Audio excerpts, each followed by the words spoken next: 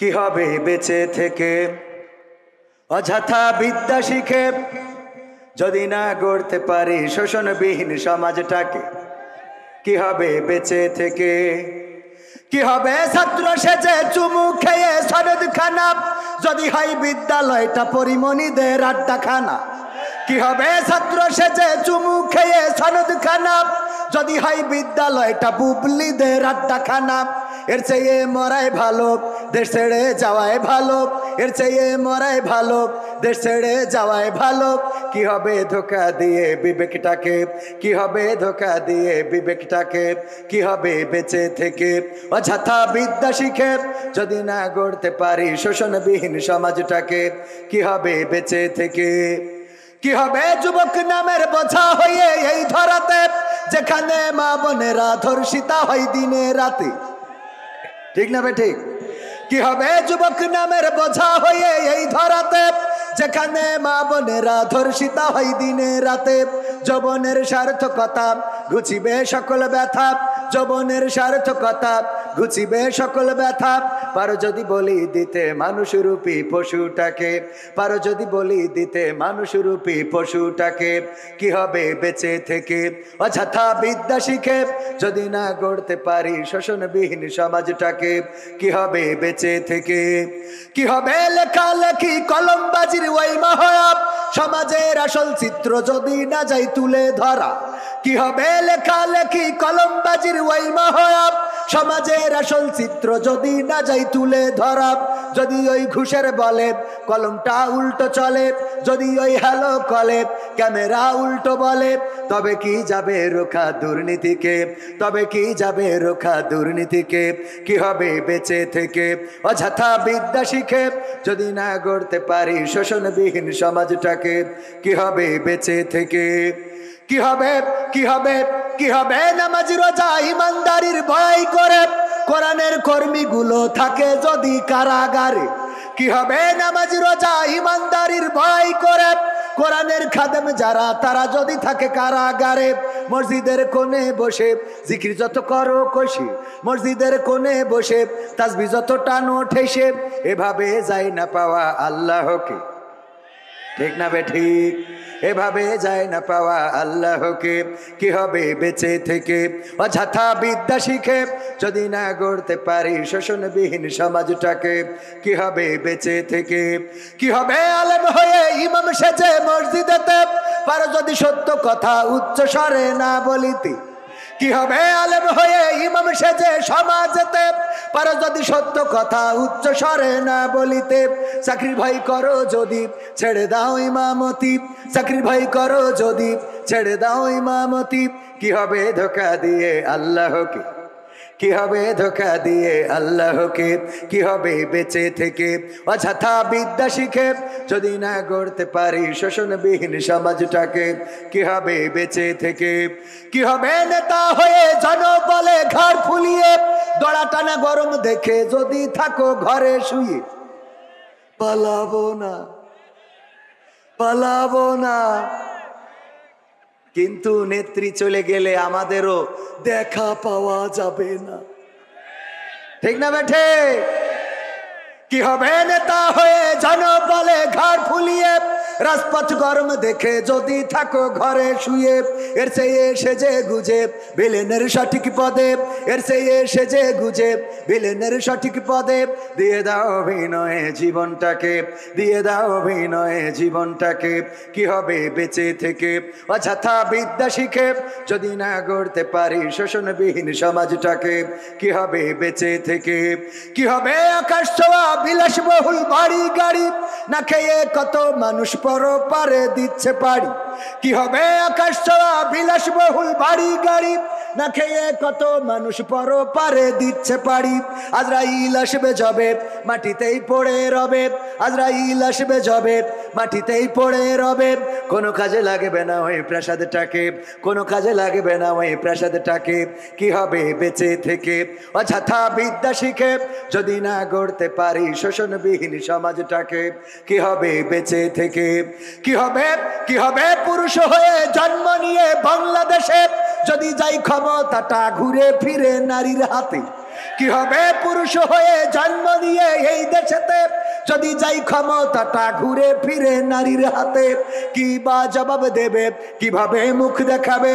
কি বা জবাব দেবে, কিভাবে মুখ দেখাবে আমাদের আগামী সেই প্রজন্মকে, তোমাদের আগামী সেই প্রজন্মকে? কি হবে বেঁচে থেকে অযথা বিদ্যা শিখে যদি না গড়তে পারি শোষণবিহীন সমাজটাকে? কি হবে বেঁচে থেকে? ঠিক না বেঠে? কথাগুলো আমার লেখা নয়, মরহুম আইনুদ্দিন আল্লাহ জাদ রাহিমাহুল্লাহ আমার উস্তাদ, কলরবের প্রতিষ্ঠাতা, তার লেখা।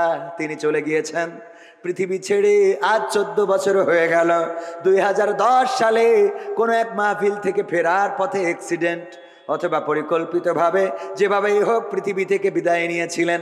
তার মানে 2010-এ বিদায় নিয়েছেন, গানটা তারও আগে লেখা। ঠিক না বে ঠিক? আগে মানে কি, এটা 2000 সালের দিকে লেখা। 2000 সাল কিংবা 1999 সাল, সেই সময়ের গান এখনো গাইলে মনে হয় গতকালকে লিখেছে। ঠিক না বে ঠিক?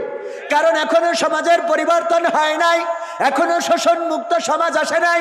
আমার শোষণ মুক্ত সমাজ গড়ার জন্য প্রথমে আন্দোলন করেছিলেন বঙ্গবন্ধু শেখ মুজিবুর রহমান, তারপরে আন্দোলন করেছেন জিয়াউর রহমান, তারপরে আন্দোলন করেছেন এরশাদ, তারপরে আন্দোলন করেছেন খালেদা জিয়া, তারপরে আন্দোলন করেছেন শেখ হাসিনা, এরপরে আবার খালেদা জিয়া, তারপরে আবার শেখ হাসিনা, তারপরে আবার এর মধ্যে ফখরুদ্দিন মঈনুদ্দিন এসেছিল, এখন নতুন করে ডক্টর ইউনূস এসেছে। এখনো বাংলাদেশ শোষণ মুক্ত হয় নাই। আজকেও পত্রিকার নিউজ, আমার এক আল্লাহর ওলি, আমাদের আল্লাহর ওলি, দেখেন দলের নাম না বলে তো উপায় নেই, সাংবাদিকরা বলেছে আমার দোষ না। যুবলীগের এক আল্লাহর ওলি ব্রাহ্মণবাড়িয়ায় একজন নারীকে হত্যার পরে তার লাশটা একটা পরিত্যক্ত ঘরের মধ্যে নিয়ে গর্তের মধ্যে ঢুকায়ে পুড়াইয়ে দিচ্ছিল। ধরা পড়েছে না পড়ে নাই? নারীদেরকে পুড়াইয়ে দিচ্ছে, লাশ মাথাটা পুকুরের মধ্যে ফেলানো। অ্যারেস্ট হয়েছে বিশেষ দলের লোক। ওই দলের লোক বলেই বলছি না, এমন অপরাধ বিএনপি জামাত জাসদ বাসদেও করতে পারে না, পারে না। তবে তুলনামূলকভাবে আল্লাহর ওলিদের একটু বেশি লোক আছে না নাই? অপরাধ করার মাত্রা বেশি না কম?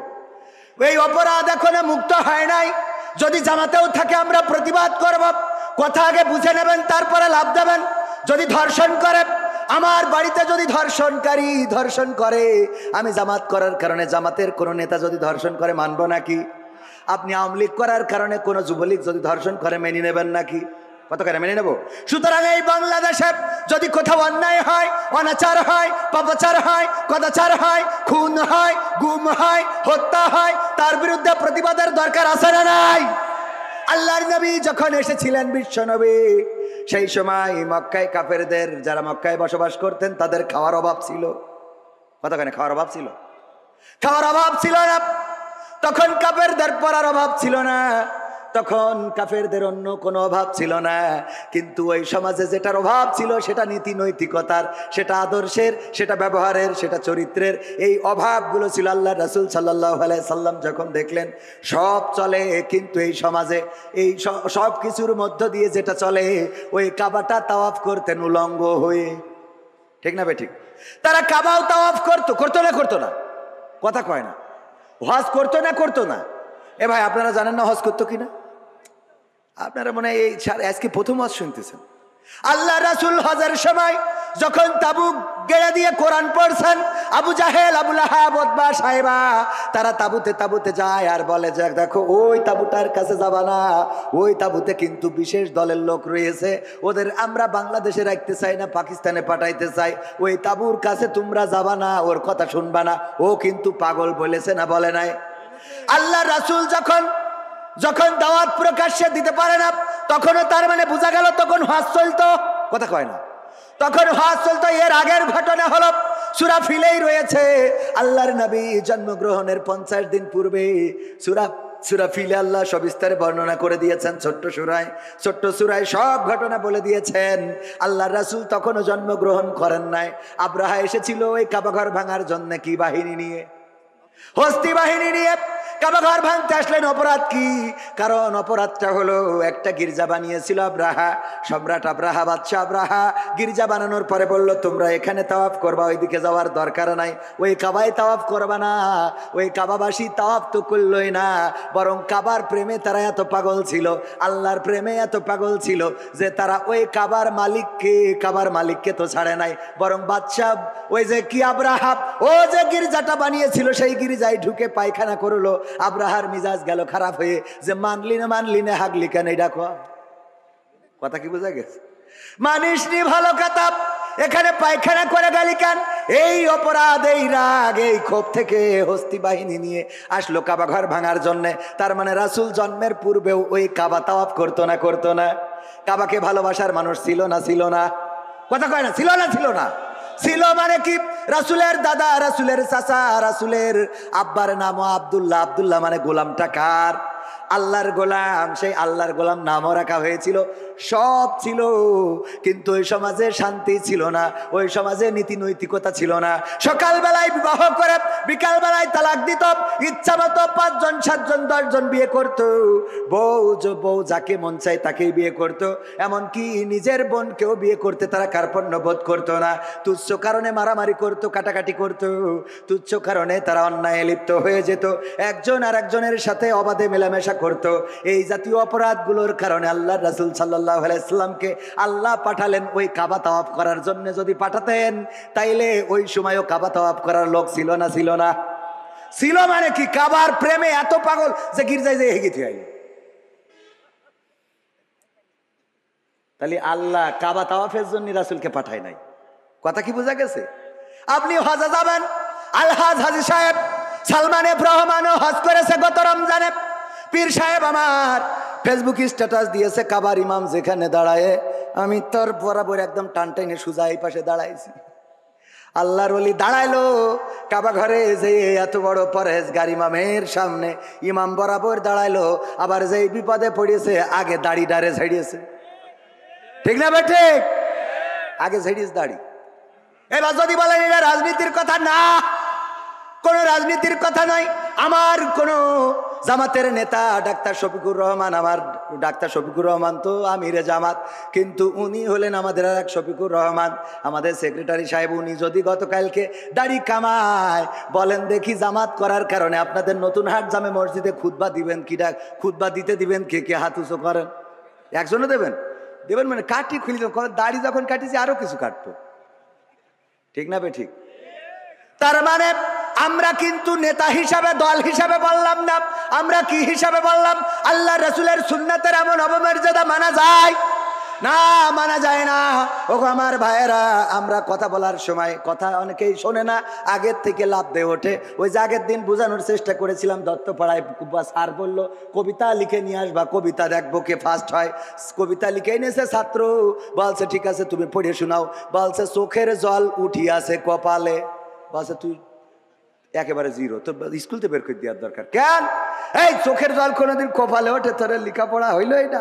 এ কোন ধরনের কবিতা লিখেছিস? স্যার চোখের জল কি কপালে যায় না? বলছে না। কিভাবে যায়? চোখের জল কিভাবে যায়? তোর কবিতা হয়নি বাদ। বলছে বললাম তো এক লাইন, এর এই শুনেই ফাল পড়া শুরু করেছেন। পরের লাইনটা শোনেন কি বলতেছে, পা দুটো বাঁধা ছিল কদমের ডালে। পা যদি উল্টো করে বাঁধা থাকে তাহলে চোখের জল তো কপালেই আসে। ঠিক না বেঠে? স্যার বলছে ঠিক আছে 100-তে 100। বলছে পরের লাইন না শুনে অমনি তো আমার জিরো মেরে দিয়েছিলেন। কথা কি বোঝা গেছে?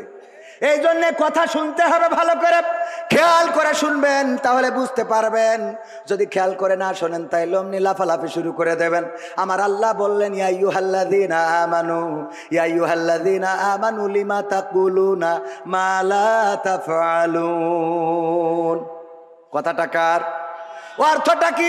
আল্লাহ বললেন, ও ঈমানদারেরা শোনো, আল্লাহর ওলিরা, পরহেজগারেরা শোনো, তোমাদের বলি শোনো, এমন কথা তোমরা কেন বলো যা তোমরা কাজে পরিণত করো না। আল্লাহ এর পরের আয়াতে বলছে, কাবুরা মাকতান ইনদাল্লাহি আন তাকুলু মা লা তাফআলুন। আল্লাহর কাছে এটা অত্যন্ত অপছন্দের, অত্যন্ত ঘৃণার যে তোমরা মুখে যা বলো কাজে তা পরিণত করো। কথা কয় না? এই যে আয়াত, এই আয়াতের ব্যাখ্যা করতেছি আমি খুঁজে পেলাম এমপিরা সব কোথায় গেল, মন্ত্রীরা সব কোথায় গেল, কোথায় কাদের কাকা, তাদের সারা দেশটা এখন লাগে ফাঁকা ফাঁকা। পালাবো না, পালাবো না, প্রয়োজন হলে ফখরুলের বাসায় গিয়ে উঠবো। ঠাকুরগাঁওয়ে বাসা আছে না, জায়গা দেবে। দেখেন এইবার আপনারা বোঝেন কেন বললাম এই কথা। পালাবে না, পালাবে না, যাই না তবু দেখা, তাদের সারা দেশটা এখন লাগে ফাঁকা ফাঁকা। ওগো আমার ভাইয়েরা, আল্লাহ বলছে ইয়া আইয়ুহাল্লাযীনা আমানু লিমা তাকুলুনা মা লা তাফআলুন। ওগো ঈমানদারেরা, আল্লাহর ওলিরা, পীর সাহেবরা, শোনো, এমন কোন কথা বলো না যা তোমরা কাজে পরিণত করো না। কাবুরা মাকতান ইনদাল্লাহি আন তাকুলু মা লা তাফআলুন। আল্লাহর কাছে এটা অত্যন্ত অপছন্দের, অতিশয় অপছন্দের, ঘৃণার, ক্রোধের যে তোমরা যা বলো তা কাজে পরিণত করো না। দেখেন আমাদের নেতা বলল পালাবো না, এই কথা অপছন্দের কার? পালাইছে না পালাই নাই? তাইলে কোরআনের সাথে, কোরআনের কথার সাথে মিল আছে না নাই? এটা আল্লাহর অত্যন্ত অপছন্দের। এখন যদি বলেন হুজুর এই কথা বলা যাবে না, তাইলে কোরআন বলেছে আমি বলবো না কেন? তুমি বললে পালাবা না, ঠাকুরগাঁওয়ে যাবো, আমি সেখানে যাই খোঁজ নিছি, যাইনি, আমি নিজে গেছি, সত্যি স্ট্যাটাস দিয়ে আছে ফেসবুকে, দেখে নেবেন। এখানে গেলেন না, আবার বললেন পালাবেন না। এবার দেখেন পরহেজগার 80 রাকাত 90 রাকাত তাহাজ্জুদ না পড়ে আমার স্বামী ওসমান হাফিজাহুল্লাহ, উনি তো ঘুমাতে যান না, এই আল্লাহর ওলি, সে বলল খেলা হবে, খেলা হবে, আসো খেলবো। যেই ছাত্ররা খেলার জন্য দাঁড়াইলো সেই তো আল্লাহর ওলি নেই। তাহলে আল্লাহ বলছে কাবুরা মাকতান ইনদাল্লাহি আন তাকুলু মা লা তাফআলুন। ওগো স্বামী ওসমান এমন কথা কেন বলো? এই কথা তো আল্লাহর কাছে অত্যন্ত অপছন্দের, অত্যন্ত ঘৃণার, যে তোমরা মুখে যা বলো কাজে তা করো না। অথচ দেখেন অপর দিকে যারা বলেছে এই মাটি আমাদের সম্পদ, এটা তিতুমিরের মাটি, এটা শাহজালালের পুণ্যভূমি, এই জমিনে রক্ত ঝরেছে, আমার শহীদদের রক্ত লেগে আছে, 71-এ রক্ত দিয়েছি, এই জমিনে আল্লাহর ওলিরা ঘুমানো, এই জমিনকে অতন্ত্র প্রহারার, অতন্ত্র প্রহরীর মতো পাহারা দেব। 1 ইঞ্চি মাটি, আমার বাংলার মাটি, কোনো দাদার হাতে ছেড়ে দেব না। বলেন দেখি ফাঁসির কাস্টে ঝুলাইছে, তাও কি পালাইছে কেউ? কথা কয় না পালাইছে কেউ? বরং মৃত্যুটাকে বরণ করেছে, হামলা হয়েছে, মামলা হয়েছে, এই দেশ ছাড়ে নাই, মাটি ছাড়ে নাই, এলাকা ছাড়ে নাই, বছরের পর বছর জেল জুলুম নির্যাতন সহ্য করেছে। কোরআনের পাখি দেলোয়ার হুসাইন সাইদি, দলমত নির্বিশেষে সবার প্রিয় মানুষ, এই প্রিয় মানুষটা কোরআনের পক্ষে কথা বলেছেন। আওয়ামী লীগেরাও তার ওয়াজ শোনেন, বিএনপি, জামাত, জাসদ, বাসদ, হেফাজত, সবাই তার ওয়াজ শোনে না, শোনে না? পালিয়েছেন কখনো? পালান তো নাই, বরং আল্লাহর নবীকে যেমন প্রস্তাব দেওয়া হয়েছিল, বিশ্ব নবীকে বলল, কাফেরেরা বলল দেখো সে কি চায়, এই মক্কায় তো সব আছে, আমরা তার সব দেব, কি কি দেবে? আবু তালিবকে ডেকে বলল মুহাম্মদকে থামাও। কি থামাবো, কিভাবে থামাবো? বলল প্রস্তাব নিয়ে যাও 3টা। কয়টা? 3টা। 1 নম্বর, যদি সে ক্ষমতা চায় মক্কার প্রেসিডেন্ট বানাবো, যদি সে অর্থ চায় সবচেয়ে ধনী বানাবো, যদি সে নারী চায় তাইলে সবচেয়ে সুন্দরী নারীর সাথে বিয়ে করাবো, আর যদি বলে না 3টাই লাগবে একসাথে দিয়ে দেব, এর বিনিময়ে কালেমার দাওয়াত দেওয়া ছেড়ে দিতে হবে। আল্লাহর নবী সাল্লাল্লাহু আলাইহি সাল্লাম বললেন যে এই জন্যই আমি বসে আছি। কথা কয় না? কয় ঠিক? আল্লাহর নবী এই জন্যই বসেছিল? নাউজুবিল্লাহ, বলেন নাউজুবিল্লাহ। এই যে ওয়াজ আমার শ্রোতাকে, আমি মাঝে মাঝে পরীক্ষা নিই যে যারা শ্রোতা এরা দেখি কিরাম ওয়াজ শুনে আবেগ মানে কি, মানে ওয়াজের পরীক্ষায় যে একটু করবো, আপনাদের করবো, করবো, রাজি? দেখা যাক, জীবনে তো কবে পরীক্ষা দিয়েছেন? 5, 4-এ পড়ি, আমিও অনেক আগে দিয়েছি ছোটবেলায়, তো একটা পরীক্ষা হয়ে যাক, রাজি? আল্লাহ রাব্বুল আলামিন হঠাৎ করে মুনকার নাকিরকে খুঁজে পাচ্ছে না। আরে বাবা কি বিপদ, কত মানুষ মারা গেছে, কবরে যে সওয়াল করতে হবে, আর সেই সওয়ালের জবাব দেবে মানুষেরা। মান রব্বুকা ওয়া মান দিনুকা ওয়া মান নাবিয়ুকা, তোমার রবকে, তোমার দিন কি, তোমার নবীকে, কিন্তু মুনকার নাকির তো হারাই গেছে, খুঁজে পাচ্ছে না। আল্লাহ রাব্বুল আলামিন ফেরেশতায় একদল তদন্ত কমিটি বানাইলো, বলল 3 সদস্য বিশিষ্ট তদন্ত কমিটি, তোমরা তাড়াতাড়ি চলে যাও, খোঁজো খোঁজো খোঁজো, খুঁজে দেখো এক্ষুনি এত লাশ ডিবে পড়ে গেছে, ও কখন কি হইবে আনে। ওরে বাবা, এই পৃথিবীতে খুঁজে পায় না পায় না পায় না পায় না পায় না, হঠাৎ করে দেখে বাগদাদে আব্দুল কাদের জিলানির কবরে মুনকার নাকিরের হাত পিছনে নিয়ে পিঠ মোড়া দিয়ে বাইন্ধে রেখেছে। আল্লাহর কাছে যেয়ে বলল, আল্লাহ মুনকার নাকিরের খুঁজে পাবো কি করে আল্লাহ? ওই যে বাগদাদে দেখলাম তোমার এক বান্দার কবরে পিঠ মোড়া দিয়ে বাইন্ধে থুয়ে দিয়েছে। আল্লাহ বলছে, যা ওই বান্দার কাছে জিজ্ঞাসা করো তার দাবিটা কি, কি জন্য বাইন্দেছে, কি করলি ছাড়বে, তাড়াতাড়ি করে ছেড়ে দিতি বলো। এসে জিজ্ঞেস করছে, আল্লাহর বান্দা তুমি কে? আমি আব্দুল কাদের জিলানী। কেন বেঁধে রেখেছ?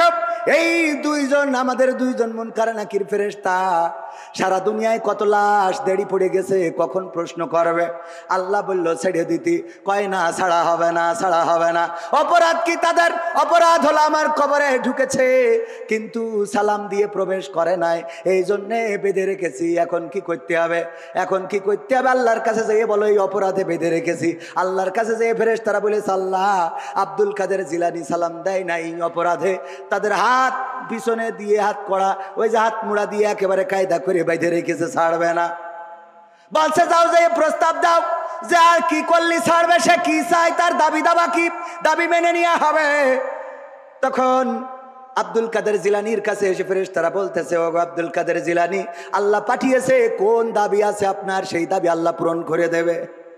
তখন আব্দুল কাদের জিলানী বলতেছে, দেখো আল্লাহরে যেয়ে বলো, আল্লাহরে যেয়ে বলো, আল্লাহ জানো এই বাগদাদে যত কবরবাসী আছে সব কবরবাসী গুলোকে আল্লাহ চিরজীবনের মতো কবরের আযাব মাফ করে দেয়। এই কথা যখন ফেরেশতারা যেয়ে বলেছে, ওগো আল্লাহ আব্দুল কাদের জিলানী গোটা বাগদাদে যত কবরবাসী আছে সব কবরকে ক্ষমা করে দিতে বলেছে, আর কোনো কবরে আযাব দেয়া যাবে না।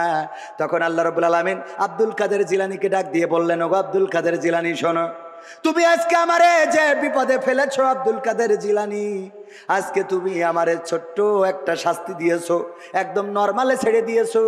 অথচ তুমি যদি বাগদাদ না বলে, তুমি যদি বলতে মাশরিক থেকে মাগরিব পর্যন্ত যত মানুষ এই পৃথিবীতে চিরজনমের মতো বিদায় নিয়েছে আর কিয়ামত পর্যন্ত যারা বিদায় নিয়ে চলে যাবে তাদের ক্ষমা করে দাও, আমি আল্লাহ বাধ্য হয়ে গেছিলাম ক্ষমা করার জন্যে, তবে তুমি শুধু বাগদাদের মানুষের ক্ষমা চেয়েছো, আমি আল্লাহ ক্ষমা করে দিলাম। বলেন সুবহানাল্লাহ। সুবহানাল্লাহ বলেছেন কয়জন? হাত তোলেন। নারায়ে তাকবীর। বলেননি কয়জন? নারায়ে তাকবীর। এবার আপনারা বলেন কারা ফেল কারা পাস? এই ফেরেশতার বান্দার মতো শক্তি, হ্যাঁ? পরীক্ষা বইলে কয়ে নিলাম তাও ফেল, হ্যাঁ? আল্লাহরে বিপদে ফেলার মতো শক্তি কারো আছে? নাউজুবিল্লাহ বলবেন না? বলেন নাউজুবিল্লাহ। মানে সুর দিয়ে বললে ওরে বাবা সুবহানাল্লাহ পড়ার জন্য মন ডাকু পাকু করে, ঠিক না ভাই? ঠিক। ও আল্লাহ হুজুর কত সুন্দর করে রে, এই ওয়াজ শুনে সুবহানাল্লাহ পড়লেন। ভাইরা আমার, আকলটারে কাজে লাগাতে হবে, বিবেকটারে কাজে লাগাতে হবে। আল্লাহর নবীর স্ত্রী বিবি খাদিজা রাদিয়াল্লাহু তাআলা আনহা ইন্তেকালের সময় বললেন, ওগো নবী গো আপনার কাছে তিনটা আবদার রাখবেন কিনা বলেন। আল্লাহর নবী ডানে তাকায় বামে তাকায় আকাশের দিকে তাকায়। যখন আল্লাহর নবী সিগন্যাল পাইলেন যে ঠিক আছে, খাদিজা যে অনুরোধ করে অনুরোধটা রাখার জন্য জবানটা দাও। আল্লাহর নবী বললেন, ওগো খাদিজা বলো দেখি তোমার কি চাওয়া? বিবি খাদিজা রাদিয়াল্লাহু তাআলা আনহা বললেন, ওগো নবী গো আমার চাওয়া হলো আমার মৃত্যুর পরে আপনি আমার কাফনের কাপড় আপনার জামা দিয়ে আপনার কাপড় দিয়ে জড়িয়ে দিবেন। 2 নম্বর দাবি হলো গো নবী আপনার আলগা গা দিয়ে আমার ওই কবরে একটু গড়াগড়ি দিবেন। 3 নম্বর দাবি হলো নবী গো আমার বড্ড ভয় হয় মুনকার নাকির যখন এসে প্রশ্ন করবে, মান রব্বুকা ওয়া মান দীনুকা ওয়া মান নাবিয়ুকা, তোমার রব কে, তোমার দিন কি, তোমার নবী কে ছিল, আমি জানি না ওই কবরে প্রশ্নের উত্তর ঠিক মতো দিতে পারবো কিনা, আমি ভয় পেয়ে হয়তো প্রশ্নের উত্তর ভুলে যেতে পারি। ওগো আল্লাহর নবী আপনার কাছে দাবি হলো আপনি আমার কবরের কাছে দাঁড়াবেন, আর যখন মুনকার নাকির সওয়াল করার জন্য আসবে, আপনি আমার পক্ষ থেকে জবাবটা দিয়ে দিবেন, এইটাই আপনার কাছে আবদার। আল্লাহর নবী বললেন, কেন এমন আবদার করলে ওগো খাদিজা? খাদিজা রাদিয়াল্লাহু তাআলা আনহা বললেন, ওগো নবী গো, আমার আবদারটা এই জন্যে, আমি বড্ড ভয় পাই কবরের আযাবের, না জানি কবর আমার সাথে কিরূপ আচরণ করে। আপনার গায়ের জামা যদি আমার কাফনের কাপড় হয়, তাইলে আমি বিশ্বাস করি হয়তো কবর আমার সাথে বেয়াদবি করবে না। যদি আপনি আমার কবরে একটু গড়াগড়ি দেন, বিশ্ব নবীর দেহ মোবারক ওই কবরের মধ্যে পড়েছিল, ওই কবর হয়তো বেয়াদবি করবে না। আর আপনি যদি মুনকার নাকিরের প্রশ্নের জবাবটা দিয়ে দেন ওগো নবী, তাইলে আমার আর কোনো ভয় থাকলো না। আপনি বলেছেন কবরটা হলো প্রথম গেট, এই গেটে যে পার পেয়ে যায় সে বাকি গেটগুলোই পার পেয়ে যাবে, কিন্তু এই গেটে যদি কেউ আটকা পড়ে যায় তার বিপদের শেষ নাই। ওগো নবী, আমি ওই গেটটাকে ভয় পাই, ওই গেটটাকে ভয় পাই। ওসমান রাদিয়াল্লাহু তাআলা আনহু যখন জান্নাতুল বাকিতে যেতেন, কবরের কাছে দাঁড়াতেন আর চোখের পানি ছেড়ে দিতেন। আল্লাহর নবীর সাহাবীরা প্রশ্ন করলেন, ওগো ওসমান, কোন জায়গায় তোমার এত চোখের পানি ছাড়তে দেখি না, অথচ যখন জান্নাতুল বাকিতে কবরের কাছে আসো তখন তোমার চোখ থেকে পানিগুলো ঝরতে থাকে, দাড়ি ভিজে ভিজে টপ টপ করে পড়তে থাকে, কারণটা কি? ওসমান রাদিয়াল্লাহু তাআলা আনহু বললেন, তোমরা কি বিশ্ব নবীর মুখে শোনো না, এই কবর হলো প্রথম গেট, এই গেট থেকে যে পার পাবে সে সব জায়গায় পার পাবে, আর এই গেটে যদি কেউ আটকা পড়ে যায় তাইলে তার পার পাওয়ার স্বপ্নটা চূর্ণ বিচূর্ণ হয়ে যাবে। এই জন্য কবরের কাছে যখন আসি তখন নিজের চিন্তা হয়, আরে এই কবরে আমি পার পাবো নাকি পাবো না। ওগো আমার ভাইয়েরা, আল্লাহর নবীর সাহাবী, আল্লাহর নবীর সাহাবী ওসমান গনি, আল্লাহর নবীর জামাতা, দুই মেয়েকে জিন্নুরাইন, দুই মেয়েকে পেয়েছেন। দুই মেয়ের আল্লাহ রাব্বুল আলামিনের দুই মেয়েকে বিবাহ করার সুযোগ পেয়েছিলেন ওসমান রাদিয়াল্লাহু তাআলা আনহু। সেই সাহাবীও কান্নাকাটি করে খাদিজা রাদিয়াল্লাহু তাআলা আনহা এমন একজন ব্যক্তি। একদিন আল্লাহর নবী এবং জিবরাইল আলাইহিস সালাম বসে আছেন, হঠাৎ করে জিবরিল বললেন, ওগো নবী, আমার যাওয়ার সময় হয়ে গেছে। কেন চলে যাবেন? আমি দেখতে পাচ্ছি বিবি খাদিজা আপনার জন্য খাবার নিয়ে আসছে। ওগো নবী, আমি এখন চলে যাব, তবে যাওয়ার আগে বলে দিতে চাই, ওগো নবী, বিবি খাদিজা আসার পরে দুইটা সুসংবাদ দেবেন। একটা হলো বলবেন, আমি জিবরাইল আলাইহিস সালাম, আমি বিবি খাদিজাকে সালাম জানিয়েছি এবং আল্লাহ রাব্বুল আলামিন স্বয়ং বিবি খাদিজাকে সালাম বলেছেন। বলেন সুবহানাল্লাহ। আল্লাহর নবীর কাছে যখন বিবি খাদিজা আসলেন, আল্লাহর নবী বললেন, ওগো খাদিজা, তোমার জন্য আজকে দুইটা সুসংবাদ। একটা হলো ফেরেশতা জিবরাইল তোমাকে সালাম বলেছে, আর একটা হলো স্বয়ং আল্লাহ রাব্বুল আলামিন তোমাকে সালাম দিয়েছেন। আল্লাহর নবীর স্ত্রী খাদিজা রাদিয়াল্লাহু তাআলা আনহা বললেন, ওগো নবী, ফেরেশতা জিবরাইলের সালামের জবাব তো আমি দিতে পারি, এই সালামের জবাবটা আমি দিলাম, কিন্তু আল্লাহর নবী, আল্লাহ রাব্বুল আলামিনের সালামের জবাবটা কেমন করে দিতে হয় এটা জানি না, এই সালামের জবাবটা আপনি আমার পক্ষ থেকে দিয়ে দেন। এমন একজন রমণী, সে মৃত্যুর সময় চিন্তা করছে, আহারে যদি মারা যায় কবর আমার সাথে কেমন আচরণ করবে। এই ভয়ে আল্লাহ রাসূলকে বললেন, আল্লাহ রাসূল, আপনি দাঁড়িয়ে আমার ফেরেশতার জবাবটা দিয়ে দেবেন। আল্লাহ রাসূল ইন্তেকালের পরে দাফন কাফন শেষ করার পরে দাঁড়িয়ে রইলেন। সবাই চলে গেল, আল্লাহ রাসূল দাঁড়ানো, কারো সাহস নেই ডাকার। হাসান হুসাইন, আল্লাহর নবীর ফাতেমা, কন্যা ফাতেমা কান্নাকাটি করে। সম্ভবত তখন হাসান হুসাইন হয় নাই, আমার জানা নাই। আমি হাসান হুসাইন বলতে গেছি, এটা আসলে ফাতেমা রাদিয়াল্লাহু তাআলা আনহার নাম বলতে যে ওই নাম চলে এসেছে। নবীর কন্যারা কান্নাকাটি করে। ফেরেশতা জিবরাইল এসে বললেন, আল্লাহর নবী, আপনি তাড়াতাড়ি করে বাড়িতে যান, আপনারা আহলবর্গকে সান্ত্বনা দেন। বিবি খাদিজাকে হারিয়ে কান্নাকাটি করে তার সন্তানেরা, যে তাকে সান্ত্বনা দেন। আল্লাহর নবী বললেন, ওগো জিবরাইল, তুমি তো এসেছো, এখনো তো মুনকার নাকির আসে নাই। আমার পরে ওসিয়াত, খাদিজা বলেছে মুনকার নাকির আসলে আমি যেন তার প্রশ্নের জবাব দিয়ে দেই, এখনো পর্যন্ত আসলো না, আমি দাঁড়িয়ে আছি। ফেরেশতা জিবরাইল বললেন, ওগো নবী, আপনি বাড়িতে যান। যেই খাদিজা কবরের মুনকার নাকিরের প্রশ্নের জবাবের এত ভয় পেয়েছে, আল্লাহ রাব্বুল আলামিন আরশে আজিম থেকে ওই খাদিজার হয়ে সকল প্রশ্নের জবাবটা করে দিয়েছেন। বলেন সুবহানাল্লাহ। আল্লাহর নবীর এমন এমন সাহাবীরা, আব্দুল কাদের জিলানী রাহিমাহুল্লাহ, তিনি একজন আল্লাহর ওলি, এটা ঠিক আছে, কিন্তু তার কবরে সালাম দেয় নাই বলে হাত মুড়া দিয়ে বেঁধে রেখেছে। কেন দাফন কাফন করার সময় কি দড়ি দিছিল সাথে? এইটুকু তো চিন্তা করা লাগে, কথা কয় না। যাই হোক, ফেল করাতে কোনো অসুবিধা নেই। আমাদের দোষটা কি? সুর দিয়ে আমিও ফেল করেছিলাম। এই অজদিন আমার অ্যাডভোকেট এনামুল হক মুহতারাম চাচা যান, উনি আমার মাদ্রাসায় পাল্লা মোকামতলায়, তখন আমরা ছোট, উনি বললেন আমি একটা পরীক্ষা নেব। তো উনি একটা পরীক্ষা নিয়েছিলেন, অবশ্য ওয়াজটা করেছিলেন অন্য অন্য ভিন্ন আর একটা ঘটনা বলেছিলেন। সেই ঘটনায় যে দম করে জীবন দিয়ে দিল, দম করলো, একজন কান্নাকাটি করতেছে লাশ নিয়ে, যে আমার সন্তান মারা গেছে, স্বামী মারা গেছে। এই একটা পুতা ছেলে, আমাদের যশোরের ভাষায়, অন্য দেশের ভাষায় নাতি বলে, যে আমার নাতিটা বেঁচে ছিল, তাও আল্লাহ নিয়ে গেল। তখন পীর সাহেব একটু দম করলেন, তারপরে ফু দিলেন, তো দাঁড়িয়ে গেল। বলেন সুবহানাল্লাহ। হ্যাঁ, তাও সুবহানাল্লাহ বলেছি। আমরা ওই দিন সুবহানাল্লাহ বলেছিলাম, এর জন্য ফেল করেছিলাম। আমরা ওয়াজ শুনবো, কিন্তু বুঝে শুনে হাত উঁচু করবো, মনে থাকবে? সুবহানাল্লাহ, আলহামদুলিল্লাহ কোন জায়গায় বলতে হয় এগুলো যদি না বুঝি, ওই যে উদাহরণ দিতে যে মাঝে মাঝে প্রায়ই বলি, এখন যে টাকা কালেকশন করতেছে, দত্তপাড়ায় বলেছিলাম যে 50,000 টাকা দেওয়ার মতো কেউ কি আছেন? কেউ কথা বলে না। হুজুর সুদ দিয়ে বলার একজন তো জিম আছে। হুজুর বলছে 50,000 টাকা দেওয়ার মতো কোন আল্লাহর ওলি আছেন নাকি? আমি দোয়া করে দেব। বলেন হাত উঁচু করেন। কেউ হাত উঁচু করে না, দোয়া করব বাপ দাদা, দাদা দাদি, নানা নানি, 14 গোষ্ঠী যেন জান্নাতে থাকে। কেউ হাত তোলে না, তোলে না, তোলে না। এবার হুজুরির হয়ে গেছে রাগ, সুর দিয়ে বাদ দিয়ে এবার চিল্লাইনো শুরু করে দিয়েছে।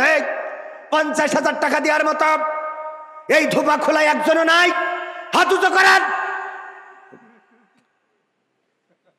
মানে ঘুমেতে উঠে হাত উঁচু করেন শুনে, ধমক শুনে হাত উঁচু করে বসে আছে। বলছে নাম কি? ওবায়দুল কাদের। আল্লাহ ওবায়দুল কাদের 50,000 টাকা করলো দান, তুমি বাড়িয়ে দাও, সম্মান নিয়ে খায়াত দাও। পিতা মাতা, দাদা দাদি, নানা নানি, 14 গোষ্ঠী যারা কবরে আছে ক্ষমা করে জান্নাত দিয়ে দাও। ও তো বলছে আল্লাহ কাল বিড়ি না খালি তো হাগাও হবে না, অথচ সেইটা কিনার টাকাও নেই।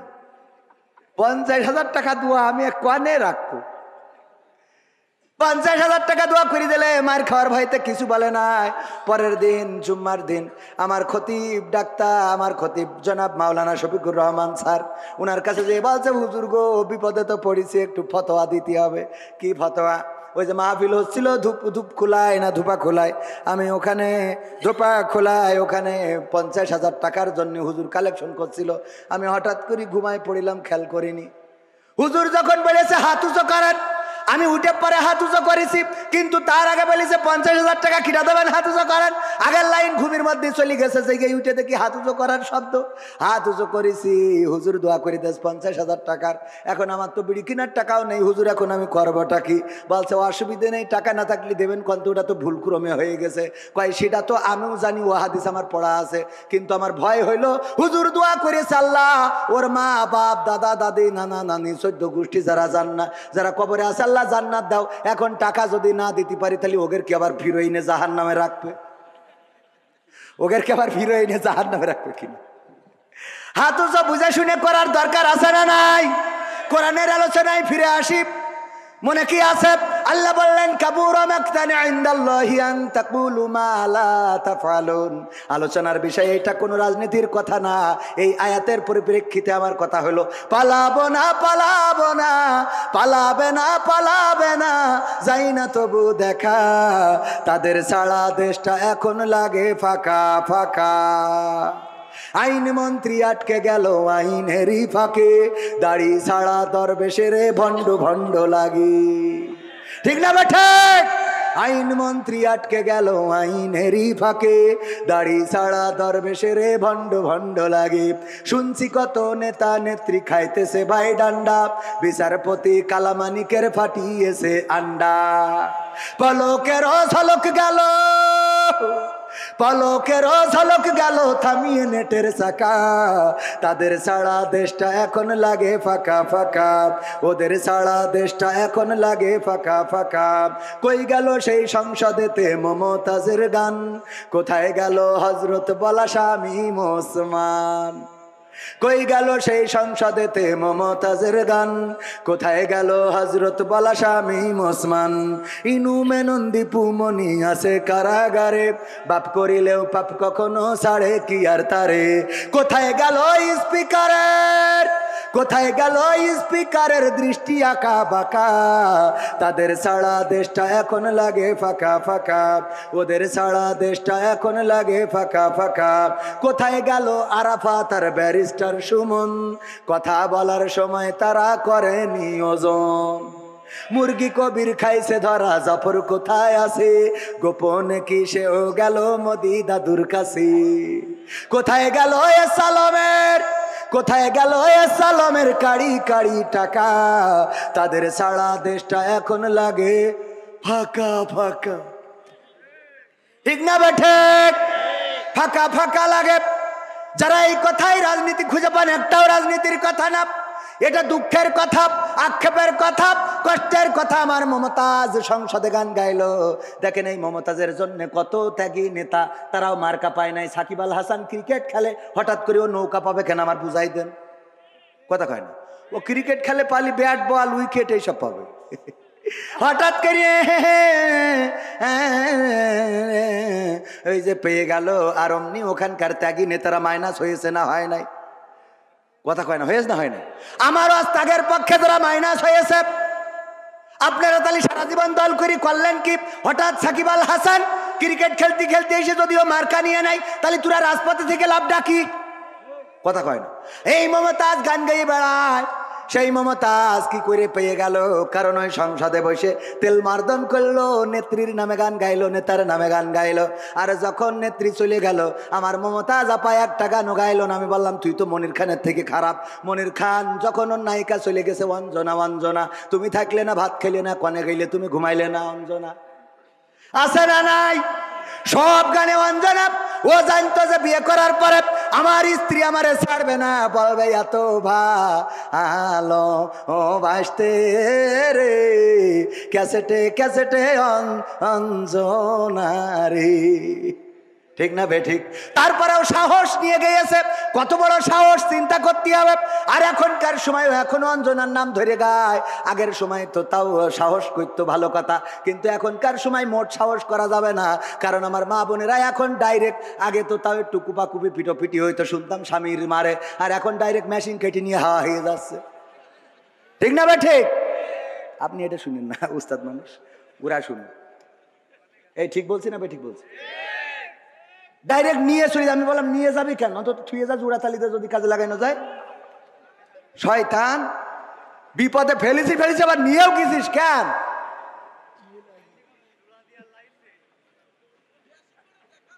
ভয়, তাহলে বুঝতে পারছেন এখন? পাগল, এসব ভয় রাখতে হয় মনের মধ্যে।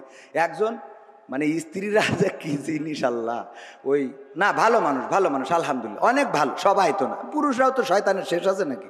গায়ে পেট্রোল দিলে আগুন ধরাই দেয়, আছে না? হ্যাঁ, নিজেরা ফেরেশতা মনে করেন না। ও কিডা কত বাড়ি যাই বলছে ওট, বলছে কেন? বলছে তোর নামাজ পড়তে হবে।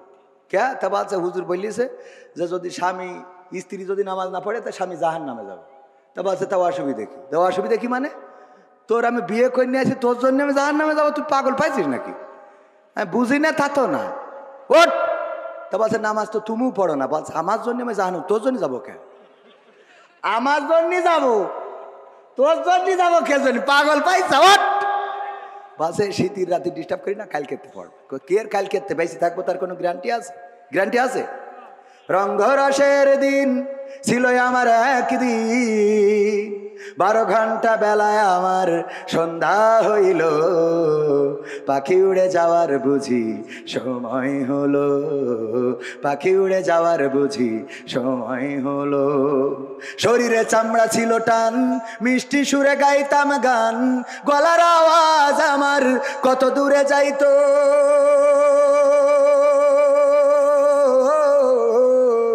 শরীরে চামড়া ছিল টান, মিষ্টি সুরে গাইতাম গান, গলার আওয়াজ আমার কত দূরে যাইতো। পাইকা গেল মাথার চুল, কথা বলতে পড়ে ভুল, পাইকা গেল মাথার চুল, কথা বলতে পড়ে ভুল, চোখে দেখি গন্ডগোল, দন্ত নড়িল, পাখি উড়ে যাওয়ার বুঝি সময় হলো, পাখি উড়ে যাওয়ার বুঝি সময় হলো। ঘন ঘন আসে দম, চোখেতে দেখি কম, ভাবে বুঝি সময় আমার ফুরিয়ে এলো। ঘন ঘন আসে দম, কানেতে শুনি কম, পিছে পিছে জাম আমার ঘুরতে লাগিল। খাটো হয়ে আসছে পাও, হীন হলো সর্বদাও। খাটো হয়ে আসছে পাও, হীন হলো সর্বদাও। ভাবে বুঝি সময় আমার ফুরিয়ে এলো, পাখি উড়ে যাওয়ার বুঝি সময় হলো, পাখি উড়ে যাওয়ার বুঝি সময় হলো। ঠিক না বে ঠিক? পুরা তো এত সুন্দর পরিপাটি, খাসায় আমার ছিল খাটি, দিনে দিনে খাসায় আমার জং ধরিল। এত সুন্দর পরিপাটি, খাসায় আমার ছিল খাটি, দিনে দিনে খাসায় আমার জং ধরিল। পুরাতন খাসাতে পাখি করে শুধু ডাকা ডাকি, পুরাতন খাসাতে পাখি করে শুধু ডাকা ডাকি। একদিন আমায় দিয়া ফাঁকি উড়িয়া যাইব, পাখি উড়ে যাওয়ার বুঝি সময় হলো, পাখি উড়ে যাওয়ার বুঝি সময় হলো। রঙ্গরসের দিন ছিল আমার একদিন, রঙ্গরসের দিন ছিল আমার একদিন। 12 ঘন্টা বেলায় আমার শান্ত হইল, পাখি উড়ে যাওয়ার বুঝি সময় হলো, পাখি উড়ে যাওয়ার বুঝি সময় হলো। ঠিক না বে ঠিক? ওগো আমার ভাইয়েরা, বললো কাল বেঁচে থাকবো তার গ্যারান্টি কি? ওঠো, নামাজ পড়তে হবে। স্ত্রীর ওই শীতের রাত কষ্ট করে উঠাইছে, উজু করানোর পরে এবার স্ত্রী এসে বলছে, নাও বলো এখন রাত 1টার সময় কোন ওক্ত কয় রাকাত নামাজ, কি সূরা পড়বো, দোয়া কি? বাসে যা হয় পড়, কে এখন আসতে কেন? এই বলো এখন রাত 1টার সময় কেন নামাজ, কেন নামাজ, কয় রাকাত, কি পড়বো, সূরা ফাতিহা? না হলে তুমি সামনে দাঁড়াও, আমি ইক্তেদাহি তু ভেজাল ইমাম।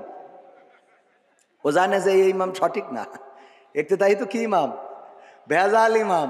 সামনে যাও, আমি পিছনে দাঁড়াচ্ছি। তবে চোরাম করছিস কেন, কাল খেতে পয়সা নে। আমল করা হয়ে গেছে, আছে না নাই? আল্লাহর ওলিরা আবার বলে, হুজুর দোয়া করে দেন আমার স্ত্রী সিরিয়াল আসক্ত, যেন স্ত্রী পরহেজগার হয়ে যায়। ও যে সিরিয়াল আসক্ত, আর তুই তো চার দোকানে, ওই যে মকসেদের দোকানে যে এক বসায় 3 ঘন্টার ওই ঐশ্বরিয়া করিনা কাপুরের ছবি মেরে তারপরে বাড়ি আসো। তুমি ঐশ্বরিয়া রায়, কারিনা কাপুর আর আমার আমির হামজা ভাই বলেছিল রাশমিকা মান্দানা দেখবা, আর তোমার বউ ওই তাহাজ্জুদের নামাজে যায়, নামাজে পড়ে তোমার জান্নাতে নিয়ে যাওয়ার জন্য দোয়া করবে। পাগল পাইছাও নাকি? কথা কয় না। তুমি ওই নে বসিতে পরিমণি মারি বেড়াবা, আমার যুবকরাও আছে বিয়ের আগে, আরে বাবা পিছনে একখান নিয়ে লাইলাতুল ফেব্রুয়ারিতে ওরে গিয়ার গদখালি, কোথায়? লাইলাতুল ফেব্রুয়ারি গদখালি। গদখালি যে বলে তুমি এসেছে বলে আকাশ এত নীল, ও আসার আগে লাল ছিল। তুমি এসেছো বলে গদখালির গোলাপ গুলো লাল হয়েছে, ও এতদিন কালো ছিল। শয়তান পাম মারা জায়গা খুঁজে পায় না। এবার বিয়ের সময় মসজিদে যায়, যে হুজুরি জুম্মার খুতবা শেষে বলে, হুজুর আপনার কাছে আইসি, আমি তো বিয়ে করার নিয়ত করেছি, তো একটা হাফেজা পাত্রী যেন পাই, একটু দোয়া করতে। তুই তাহাজ্জুদ পড়লি, ওর সাথে হাফেজা লাগবে কেন? কথা কয় না। দোয়া চাই আপনার কাছে, চাই মানে কি হুজুর একটা নেককার পাত্রী যেন হয়। তুই নেককার পাবি, তুই যে গোয়ারে আনলি, তা তোর যেটা উড়াও তো আর একজন তাহাজ্জুদ পড়াইতে ইবাদত করি আরো 2 রাকাত বেশি পড়িয়েছে। কথা কয় না।